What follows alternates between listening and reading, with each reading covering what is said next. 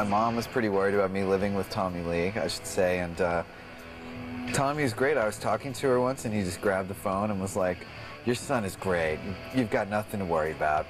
And she was on vacation at the time. She was describing the sort of cabin they were in the boat, and he was like, "That sounds yummy." And that's sort of stuck around in her vocabulary. She's like, "Tommy Lee said our vacation sounded yummy."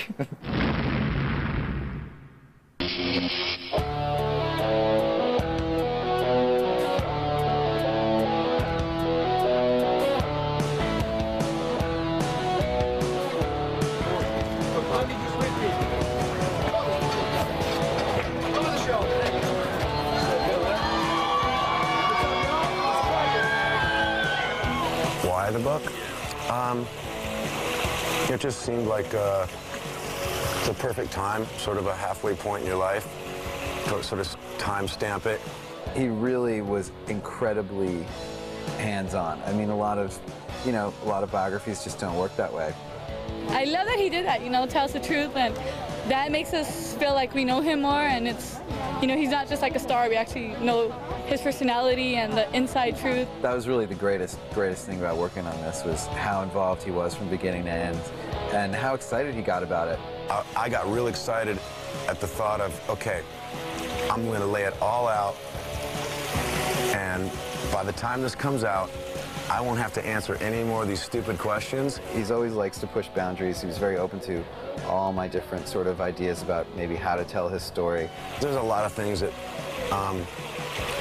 that I wanted to share with people, fun stuff, good times, bad times, some of my trash can philosophy. One of them was the introduction, where we actually take the bull by the horns, or another part of his anatomy by the horns, and cut right to the chase of one of the things he's known for. He's well hung, the boy is. I think it's a first in literature, if we can call it that. But I am grateful that that third entity, that third member of Tommy's inner circle, contributed to the text and put in his input. I remember him telling me that was going to be, in the book, and at the time I was thinking to myself, that doesn't sound like it's going to be good. Tommy Lee, come on. It's great. And that's one of the driving forces behind the book, was just to lay it all out so we could all move on, including me. We're just here to give him some support today. And I'm here because I love Tommy Lee. He just goes with the flow of life, Things happen to him, and he goes on, and he betters himself. He's the same kid who wanted to be in a band. He never took on this rock god sort of attitude. That's what I like about him. There's nothing phony about him. He loves his fans. I don't think you can get any better than this. This is Tommy Lee cruising through an alley, playing drums with a 6-year-old.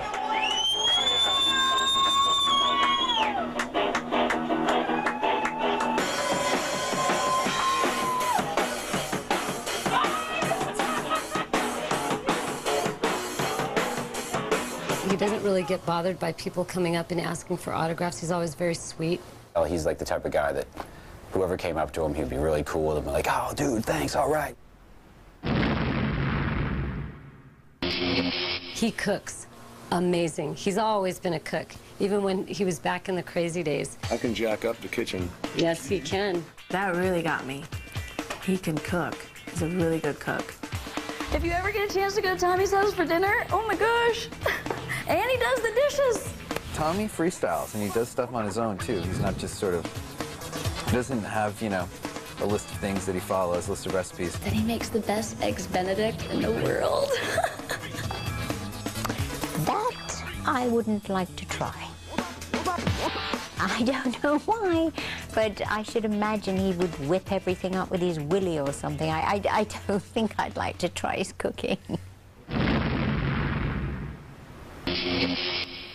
He really does lick people. It's definitely one of his sort of signature moves. He enjoys licking people, mostly women. He's only licked me once or twice, but I'm sure he doesn't remember. Like, that's and his kids do it too now. Eskimos rub noses, Tommy Lee's lick faces. They just, it's this form of affection. He will just sit there and, hi. Oh, God. It used to be bite. He used to come and bite you. really, really hard. And he does love toes. He does love toes. Yes, Tommy does have a toe fetish. That's in the book, too. There's so many things. He loves flowers. He's a total nature freak. He could name every tree in his backyard. So even though he's got all these tattoos and he looks kind of hardcore, he'll go, oh my God, look at this flower die, and he'll pick the flower and he'll smell it. And he was like, don't tell anybody that. And when I told him I'd do this interview, I was like, I'm still telling on you. I'm still telling that you're a tree fanatic. He's always liked the trees and the plants, which is it's funny. I would be somewhere, it's like, that's a so-and-so tree. I'm like, how do you know that?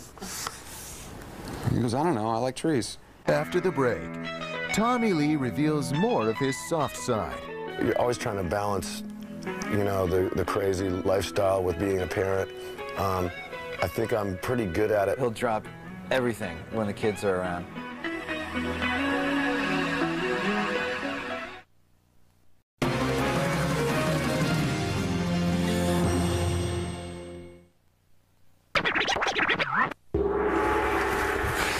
We're going down.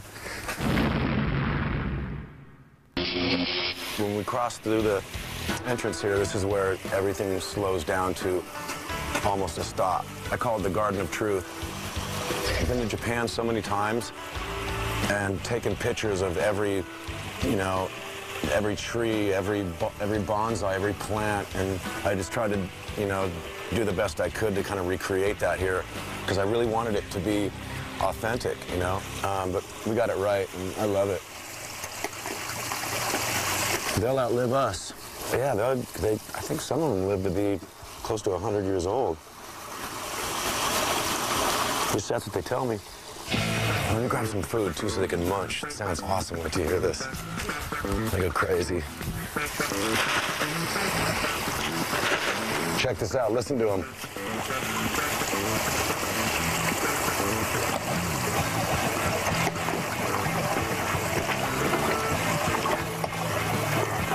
I love that sound. Anyway, this is so I come down here a lot, actually once a day, sometimes twice a day, just to chill out. It's my little corner of the universe where I just get away, you know, from all the crazy.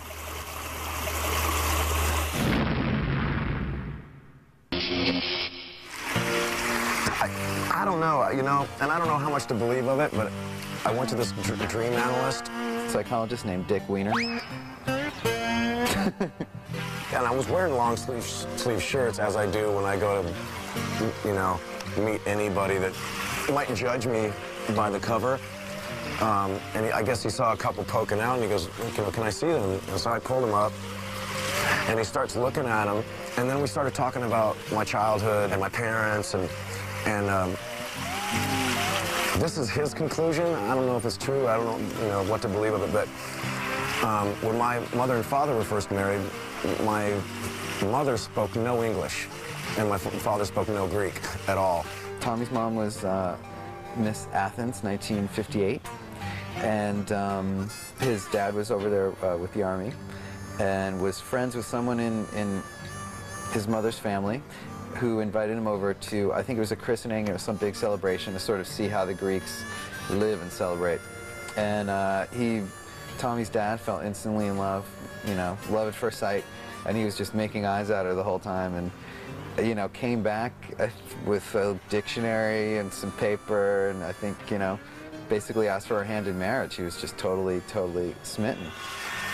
So imagine that, like, they had to literally draw, my mom would draw pictures of, like, you know, an egg or a chicken, you know, meaning we need to go to the store to get this, or a can of soup, you know, or she would write out the word in Greek and he'd be there with the translation dictionary.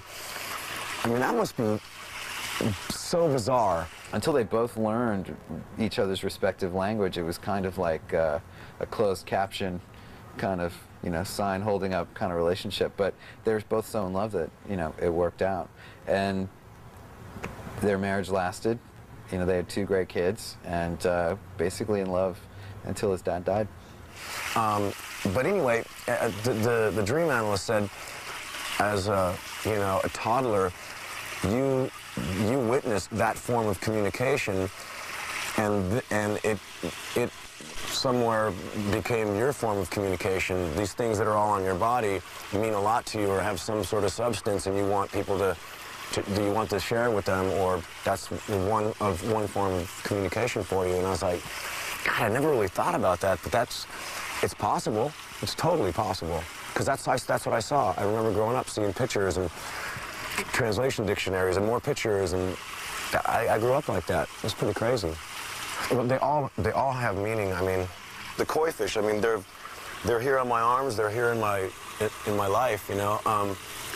A lot of this stuff all means something or has some meaning. Everything from my son's names, which is pretty new. I just had them I love little kid writing, and I was playing around one day. I was letting them draw on me, and I had them write their names on there and had it tattooed in right away. I called my tattoo guy and said, dude, you got to get over here right now. I want to, permanently put them in. And I have forever. And when I die, I'm going to make a lamp out of it. No, I'm just kidding.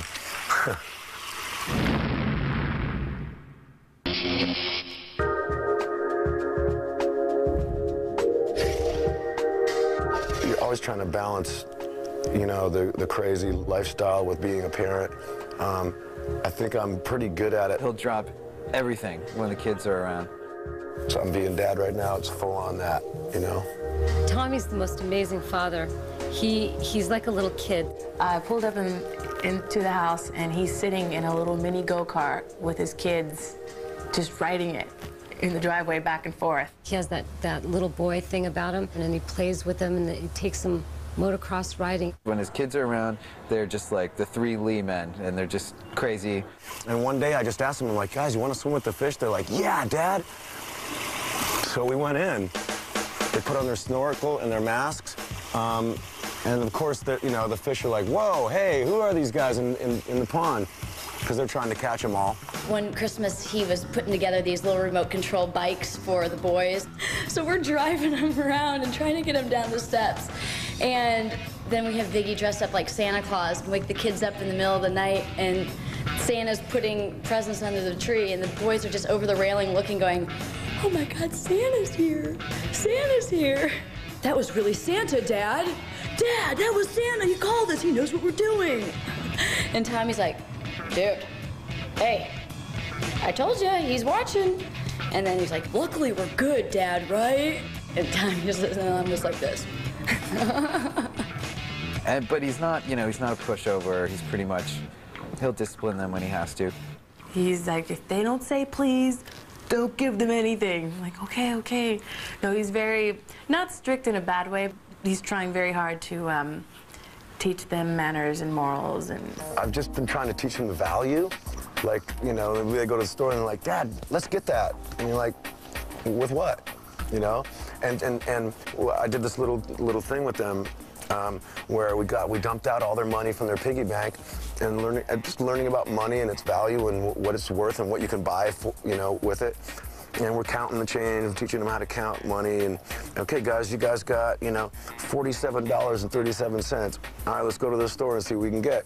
And of course, they're picking out stuff that's $60 or 104, and I'm like, well, we can't get that. And I'm trying to just get them to understand the concept of, well, you only have this much. I wish you could see Tommy with his kids. It's like 3 kids. He just sits there and tries to fit into their toys. But for real, not doing it because he's like, oh, I want to get in this. This is really cool. After the break, was it really love at first sight for Tommy Lee? I couldn't see the connection. But I'm still kind of baffled at that one time. I think that she saw the sweet side of Tommy. No, I think she saw the side of him. Oh.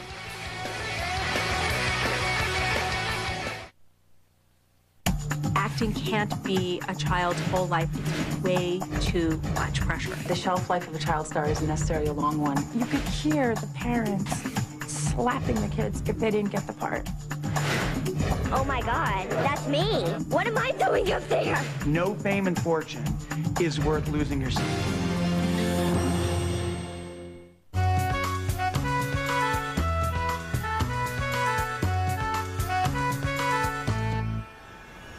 I always loved the I Dream of Jeannie, her bottle that she lived in. Although I couldn't make this room round, it was already square, but I got it pretty close.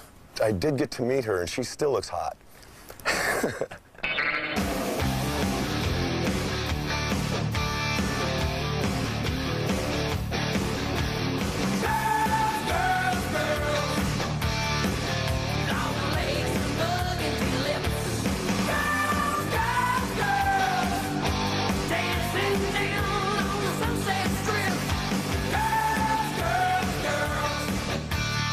Tommy was pretty wild. I think out of all the boys, he was probably the craziest one. But this particular night, we all went out and we got really super crazy. Do you remember when we went to that bar when you just broke up with Heather and I was hanging out with you and Nikki? Yes. I tried to hook him up with my girlfriend, and there were like 6 girls around him, and then he ended up taking her home and then never speaking to her again. Do you remember? Yes, oh Lord. It's been kind of interesting being single, and you know, there's been some fun ladies in my life. The list is long, friends, the list is long. You think? It's amazing. It is amazing how many women flock around him. It's unbelievable. Like, he could just be at dinner and 20 women will come. He's got that personality that, you know, you want to be up close to him and be with him because he's fun to be with. I met Tommy at the MTV Icon. Tommy Lee, oh, tattooed guy, tattooed crazy guy. I was like, okay, hi, nice to meet you. And that was it. My attitude came out, and I said, well, he's gonna have to wait. So I'm gonna go about my evening, and if I feel like meeting him later, then I will. Walked up to him and said, hi, again. And he just was smiling and just gave me a kiss on the cheek. He's Greek, he's romantic, and I think that's all that. And you know, he's not really gone downhill. He's still a very good-looking man. I think all those things is why, you know, Tommy's been a repeated eligible bachelor with some of the world's finest-looking women.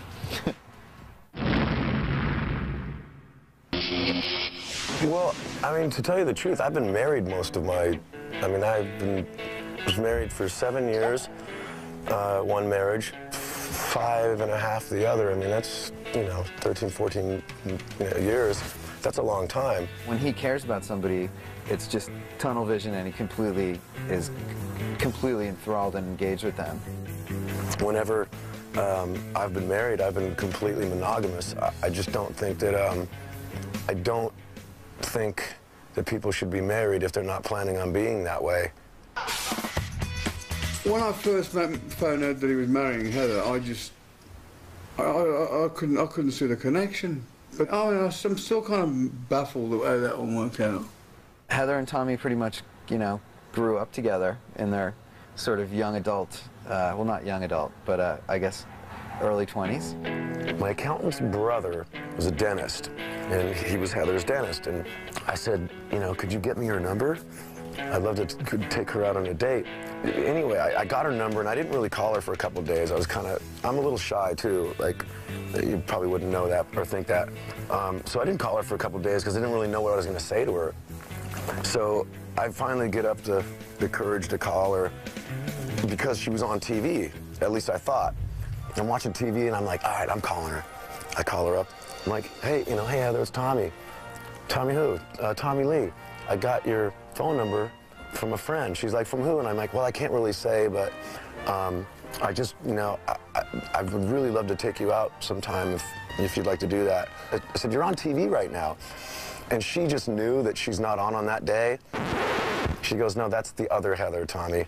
And I just was like, God, I'm an idiot. It was Heather Thomas. I confused the two because they did look a little similar, you know, blonde hair on TV. So that was an, you know, open mouth, insert foot moment for me. Now, I think that she saw the sweet side of Tommy. No, I think she saw the side of his... Oh. And they were each other's firsts, you know, first marriage, first real love. It had that sort of intensity and learning process, I think, for both of them.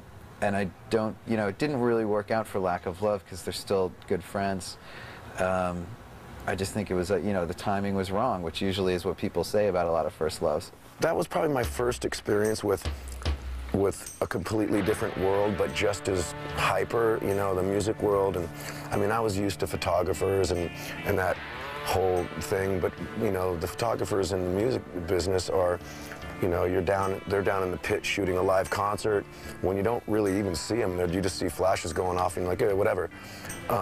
Or you're doing a photo session and you know, and it's pretty, was about it. He had never been a celeb, and Heather made him that celeb by being with her, and they were, you know, the perfect couple. Her life was, you know, completely different. You know, there's the red carpets and millions of photographers and all the crazy TV cameras, and you're like, whoa, what is this? This is crazy. They were too young. It was just about, you know, it was the, they were, no, to deal with the paparazzi. It Nobody was too can deal much. with the paparazzi. I mean, when they want what they want to get, they'll go to any length to get it. But they were still too young. And then, in my second marriage to Pamela, take that and multiply it by 10, like everywhere we went, you know, it was on stun. They were pretty much like the ultimate rock couple, you know. Pam's sort of this wild card, centerfold, super sexy, speaks her mind, you know, playmate. And Tommy's like the maniac drummer from Motley Crue. You know, whether it's here or it was overseas in London, you know, just like we couldn't get away from everybody. It's unbelievable. You know, they basically had been completely mobbed by the paparazzi, fans, everybody. That took a while to get used to, and I still don't know if I'm used to that. Still have a hard time with that. Up next. 9 o'clock at night, 10 o'clock at night, I'm going to the store to go pick up some fruit or something. I'm gone for 20 minutes. I come back home. You have 27 new messages. First message, you have a collect call from Malibu County Jail. Uh-oh. What's going on?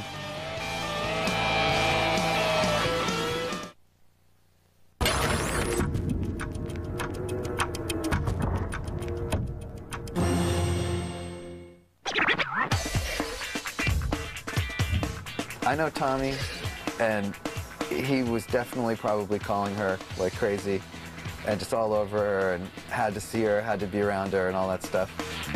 And whoever's going to make fun of that, look who he ended up marrying.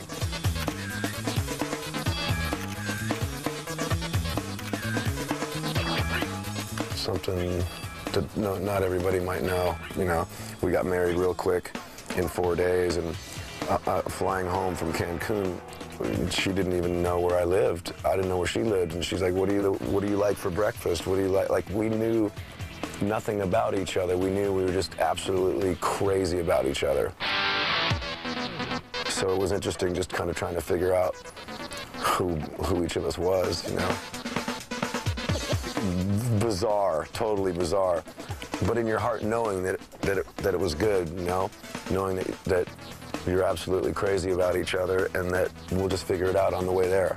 You know, we'll eventually, you know, be crazy about each other.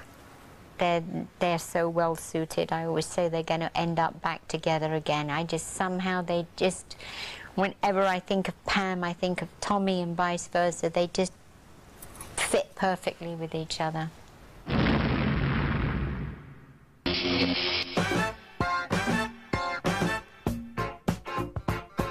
No, they went away for, I believe, to London for the holidays, came back, and basically they were sitting there, Pam was pregnant, and they were watching TV, and, you know, it was like Entertainment Tonight or a show like that, had pictures of somebody stalking Tower Records with, you know, this Pam and Tommy uncensored sex tape. So it was by no means some sort of like, oops, this got stolen, you know, we're going to make $12 million now kind of thing at all. And they spent years and years trying to fight it, and basically to no avail, because y'all can go buy it right now if you want to.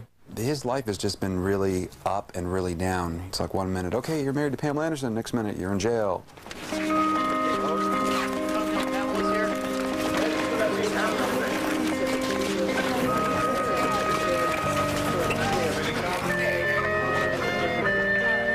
9 o'clock at night, 10 o'clock at night, I'm going to the store to go pick up some fruit or something. I'm gone for 20 minutes. I come back home. You have 27 new messages.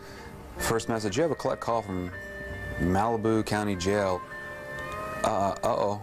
What's going on? At that time in my life, I almost needed to go away and just be quiet and be alone, because everything was there was so much going on, and just a lot of crazy things in my life. And it's like, I mean, I would have preferred a cabin in Montana, but didn't quite work out that way. I mean, that would change anybody. Well, maybe that's not a good answer, because a lot of people keep going to jail and keep going to jail, but it only took me once. I'm done. And during this time, someone suggested that he get in touch with Gerald, his life coach, as someone who really might help him sort of open up and restructure his life and really do the kind of changing and in some ways maturing that he really needed to do at that time. It's a powerful memory. My first seeing Tommy, they brought him into this little room, and he's in a waist chain and handcuffs. So, you know, we got our work cut out for us here. I had a lot of whys, you know, why am I not happy? Why, you know, why is this? Why is that? And I got to answer a lot of those questions, so I don't think I would have actually taken time to slow down to do any of that. He started to really start to talk about responsibility and what he had done to get himself in that situation. You know, I took advantage of being somewhere isolated for that time and just kind of really got to know myself again. He found his spirituality within himself. A lot of things happen when it's silent, you know? A lot of ideas come when it's quiet. He had a really rough time, and we got really super tight. If you guys only knew the things that she did for me. I mean, she would just sit there and just listen to me cry for hours and not say a word, just listen. He would call collect, and he would probably call 20 times a day, but I would put music on because he loves music, and I was trying to think how I could make this person happy. And I would just lay there in my cell while she just played me music, something that I didn't have. There was no music. I would leave it there for 2 or 3 hours, and I'd come back and I could hear like his feet dancing in this room, and I'm like, Tommy, wait a second, you know, pick up the phone, it's been 3 hours. Thousands of dollars worth of bills, and she's like, no, baby, don't worry, I got it. Then he'd pick it up and he'd be crying, thank you so much for letting me hear music, and it was really tough times for him.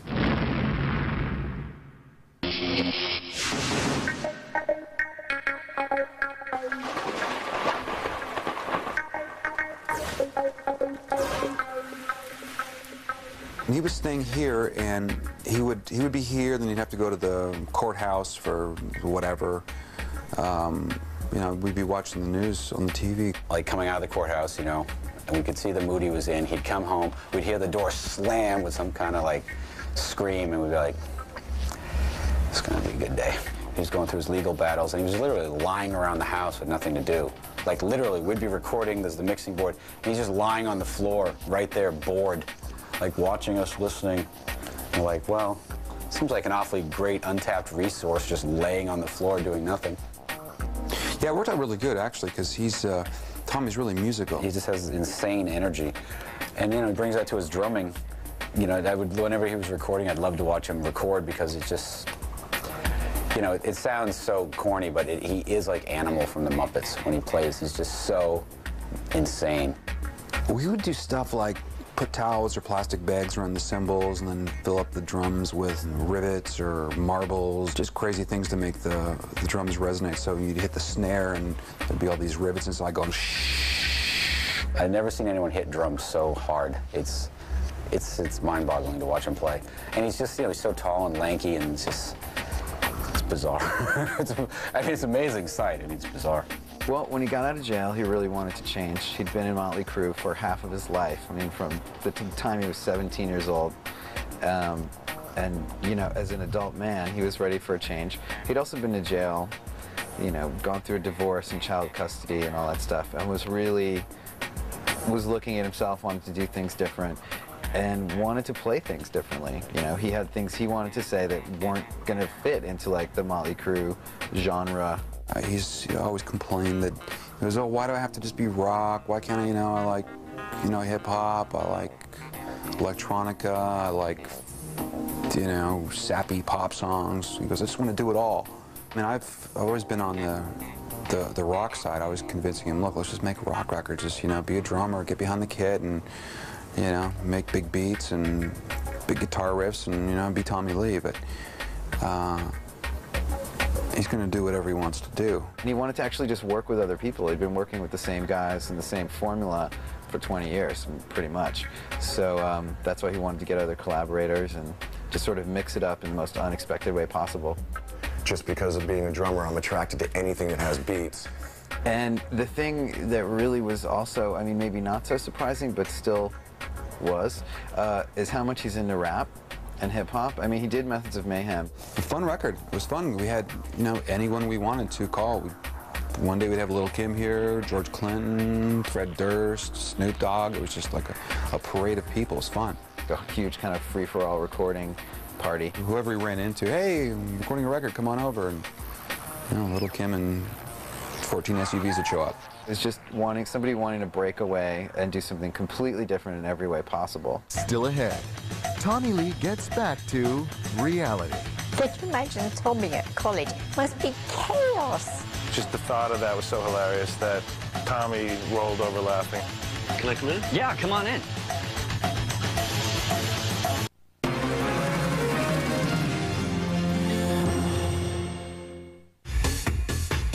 Being a drummer, I'm a huge fan of electronic music, which a lot of people probably wouldn't know. They might, but and might be able to hear it in my playing or some of the music I make.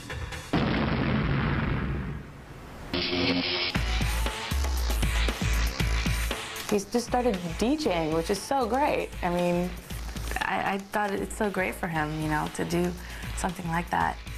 It's just something I've always wanted to do. And we had an opportunity to come up in Florida where it was a big music conference where DJs and from all around the world come to this one big festival down there.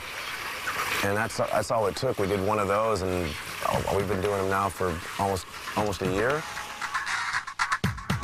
You know, I manage Mixmaster Mike of the Beastie Boys, and he's booking shows bigger than those shows. DJing. For me, it's just like it's a creative outlet where there's no band, there's no, 4 or 5 other personalities. It's me and my partner DJing and playing drums and percussion, and it's not so serious. It's really all in good fun, and there's nothing that I love more than seeing people dance. So I love it. It's a lot of fun. I mean, you think about Tommy being in Motley Crue and transforming to like this young crowd now. I mean, he's totally done that. He's changed with the times. He's growing, and that's something that a lot of people can't really do.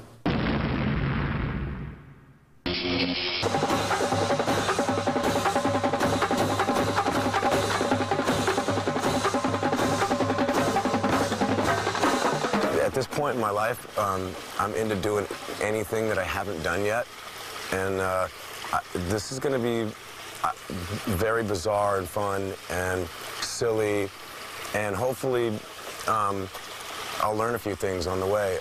Tommy's reality show is basically Tommy Lee Goes to College, which shockingly is also the name of it. It's a fish out of water, semi-scripted reality show, and it's in Nebraska, which is interesting. Can you imagine Tommy at college? Must be chaos. Just the thought of that was so hilarious that Tommy rolled over laughing. It's not all planned out, but sort of just planning little things to get things started and catching all the natural reactions. I would count on Tommy having some sort of a tutor, you know? I don't have a daughter, but if I did, and Tommy Lee was coming to her school, I would really kind of highly suggest, no, actually demand that she look into her prospects for transferring schools very far away from the campus where Tommy Lee would be. I've got the full-blown, geeky, nerdy roommate. Can I come in? Yeah, come on in. Are you cool with some loud music? And if you're cool with not being so loud every once in a while, with a little books maybe. I mean, all these things that I would probably never do. He's in the marching band wearing a uniform, which I will be watching out for. And there's some things that I really do want to learn about. I actually have a huge list of all these classes and clubs, and I'm just going through them now to find out which ones I want to do, and then also which ones are going to be, you know, the best for TV, which are going to make the funniest or most dramatic or emotional, silly moments, you know. I think I'd like to see Tommy in art class. That would be kind of cool. I also think maybe he could pose nude and the students could draw him and do a whole art show on that. Please welcome Nikki Sixx, Mick Mars, Tommy Lee, Vince Neil, the band you never thought you'd see live again. Ladies and gentlemen, Motley Crue. Tommy, you said when you went on your solo career that you didn't want to play Crue songs anymore. What changed your mind? The fans want it. The promoters have called us and said, you guys got to pull it together, come on. And we're going to do this.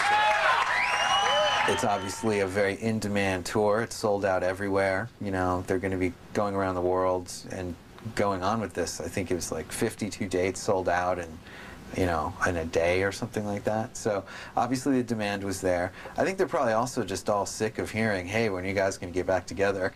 Ladies and gentlemen, it is my pleasure to bring to you Motley Crue.